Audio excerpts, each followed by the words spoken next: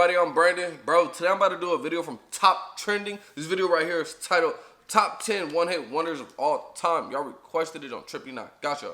I got my retainer in, so when I was saying that, hella spit was flying everywhere.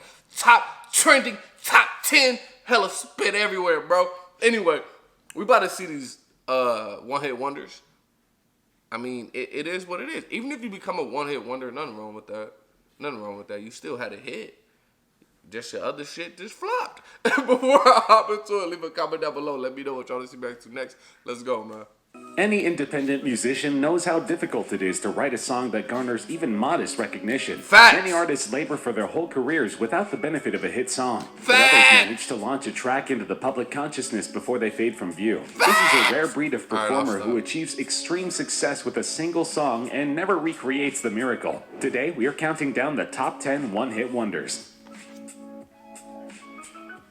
There's no denying that the 2012 song Somebody That I Used to Know, performed by Gautier and featuring Kimbra, was an earworm. Really like that the song was totally ubiquitous for many months after its release. The song has sold more than 13 million copies worldwide, becoming one of the best-selling digital singles of all time. And on top of this, the YouTube video has more than 1.2 billion views. However, Gautier didn't stay in the spotlight long. The Belgian-born Australian toured on his album Making Mirrors in 2013 and immediately announced a hiatus from the project. It turns out Gautier isn't really interested in the fame and fortune that accompany most hit songs. He didn't allow YouTube to put pre-roll ads on his videos, in a move that allegedly cost him $5 million. Gautier said in a statement, "I'm not interested in selling my music. That's the reason I don't put ads on my YouTube channel," which seems strange to people in today's climate, but that is a decision you can make. I'm like that with all my music. I generally never want to sync my music for products. You know what? Gautier also agreed up front to give 50% of his Somebody That I Used to Know royalties to the estate of Louis Bonfa, whose 1967 song Seville is sampled on the track.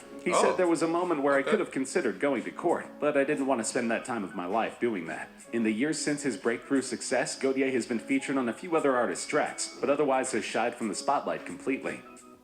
He don't like... Oh, shit. The Dougie was a dance sensation that spread like wildfire in 2010, with celebrities like Kate Upton, Michelle Obama, and Justin Bieber all taking part in the craze. He was the from dance LA. From Inglewood group, Cali Swag District's track sir. We Had a Dougie, which Niggas became was an hitting that instant shit. hit, going double platinum and getting ridiculous I was YouTube a teenager plays. when this came Sounding out. like a funky variation of the classic hip-hop song. The song was so catchy, it racked up more than 50 million views. But Cali Swag District only enjoyed this success for a short period. Member M-Bone didn't live to see the end of the year. The 22-year-old rapper was the victim of a drive-by shooting in Inglewood. M-Bone was in his car after visiting a local liquor store when he was shot twice in the head. He was brought to a hospital where he was pronounced dead. Karen Childs, known in the group as JR, died on June 6, 2014. According to sources, the rapper JR suffered from sickle cell anemia. He was admitted to the hospital after he had a seizure in his sleep. While in the hospital, JR fell into a cardiac arrest and died at the age of 25. The rest of the group have not released a song since the 2011 album that spawned Teach Me How to Dougie, and are likely still living off of the royalties of this one-hit wonder.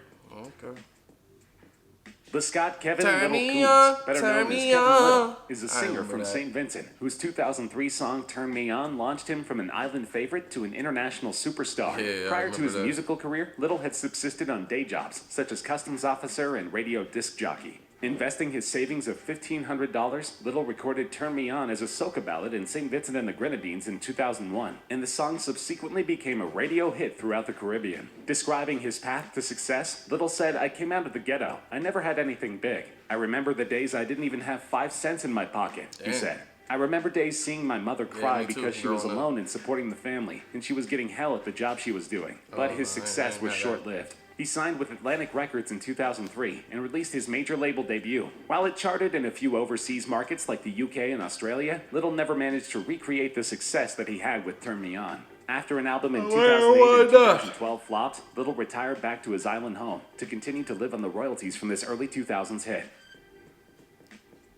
Beautiful Sean Kingston is a Jamaican-American singer, songwriter, rapper, and record producer. He was born in Miami, but stayed true to his Jamaican roots musically. All throughout his youth, Kingston had ambitions to be a rapper. He didn't have a natural singing voice, so he practiced every day until he felt comfortable writing his own songs. His breakout hit, Beautiful Girls, which is based around the bassline riff from Benny King's Stand By Me, was written by the then 16-year-old Sean Kingston in a couple of hours. The lyrics describe the feelings of a teenage boy when he's dumped by his girlfriend. The song benefited from extensive airplay before its digital release, reaching as high as number 17 on the Hot 100. On July 24th, Beautiful Girls was accidentally leaked onto the US iTunes Store 2 days before the planned release date. The week after the song's digital release, it hit #1 on Billboard's Hot Digital Songs, debuting with 260,000 downloads in its first week, but Kingston simply couldn't recreate the magic. After releasing 2 more albums that barely moved the needle, he effectively retired from music. These days he will occasionally play a concert for a quick check, but for the most part he's still riding high on the royalties from Beautiful Girls.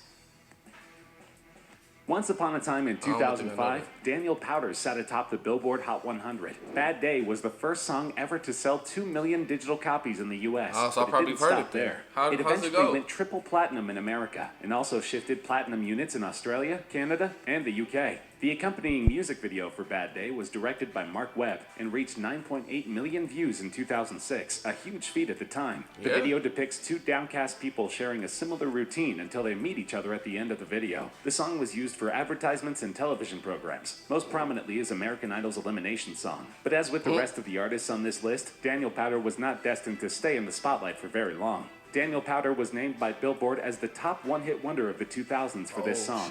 The magazine defined a one-hit wonder as an act whose second hit did not reach the top 25 and only included acts from 2000 to 2007. However, Powter is still signed to Warner Records and has released 3 albums since his self-titled breakthrough. But it seems the success of Bad Day is destined to overshadow the rest of his career, and he is remembered as a quintessential one-hit wonder.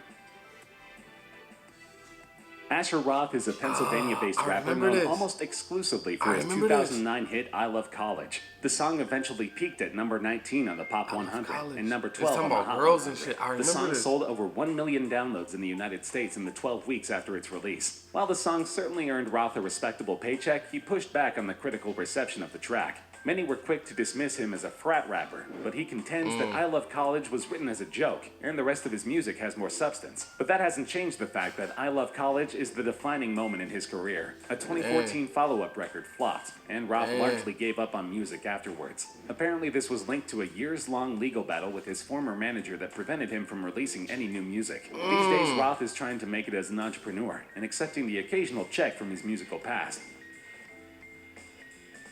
In 1974, the producer Badu asked Carl Douglas, a Jamaican singer, to record a song he wrote with Larry Weiss called I Want to Give You My Everything, and Douglas convinced him to use Kung Fu Fighting as the B-side. They recorded Kung Fu in 10 minutes, figuring it was just a B-side, but the record label loved it and made it the A-side.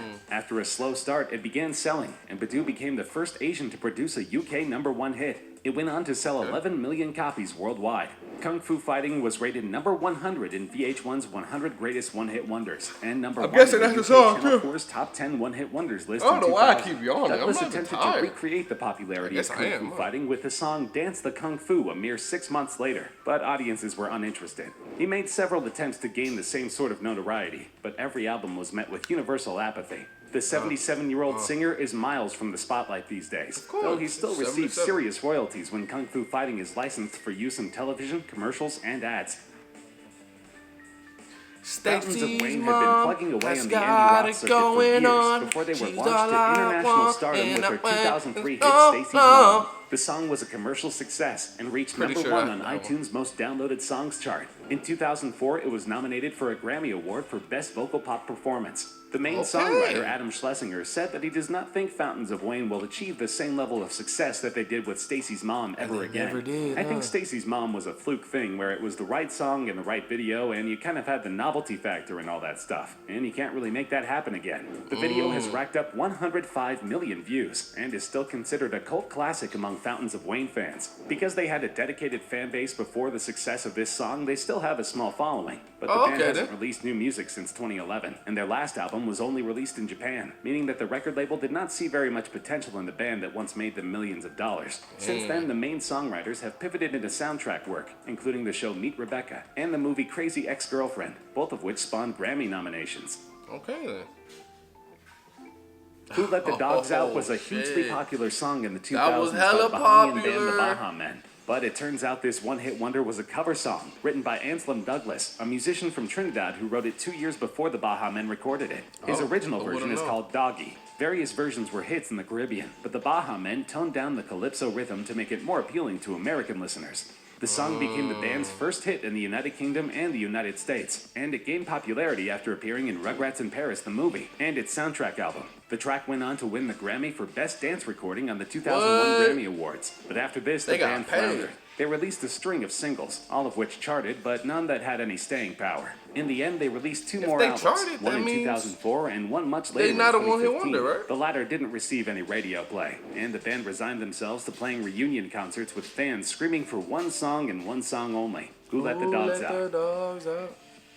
Damn. Ice Ice Baby is the king of one-hit wonders. Robert Van Winkle, better known by his stage name Vanilla Ice, wrote Ice Ice Baby in 1983 at the age of 16, basing its lyrics upon his experiences in South Florida. As a young performer, Vanilla Ice opened up for NWA, Public Enemy, the DOC, Tone Loc, Two Live Crew, Paula Abdul, Sinbad, and MC Hammer. Okay. He was definitely on the come-up when he wrote this fateful tune. It was late October of 1990, and the charts were dominated by Mariah Carey, George Michael, and Janet Jackson. But for a sweet 7 days of glory, Vanilla Ice was #1. This one song led to a multi-million-dollar record contract, a brief acting career, and an even briefer relationship with Madonna. But in the years that followed, Vanilla Ice just couldn't recreate the magic. In 1990, Ice was threatened with copyright infringement for use of samples from Under Pressure by Queen and David Bowie. In the years that followed, Ice's personal life was defined by court battles, divorce proceedings, and demeaning appearances on reality TV. Though the royalties for Ice Ice Baby are still respectable, the song is the definition of a one-hit wonder. And, you know, it probably sucks to be a one-hit wonder, but that's why if you make something that goes viral or you have a hit, you gotta just ride that wave and try to make the best of it. You know what I'm saying? And if you never make another hit again, just accept that's the way life goes. So don't just splurge all your money and be stupid with it, because you might not ever see that same success ever again. You feel me? So I wonder, like, if a lot of these people had the one hits, it was like, bro, I'm about to be on, nigga, I'm about to keep making these hits. You know what I'm saying? So they probably spent hella money, thought they were about to be making more and more hits, and nobody cared about them ever again. So I wonder what they did with all their money. That's crazy. Anyway, great video. Thank y'all so much for requesting it. Let me know what y'all thought down in the comments. Don't forget to like, comment, subscribe. See y'all next time. Peace.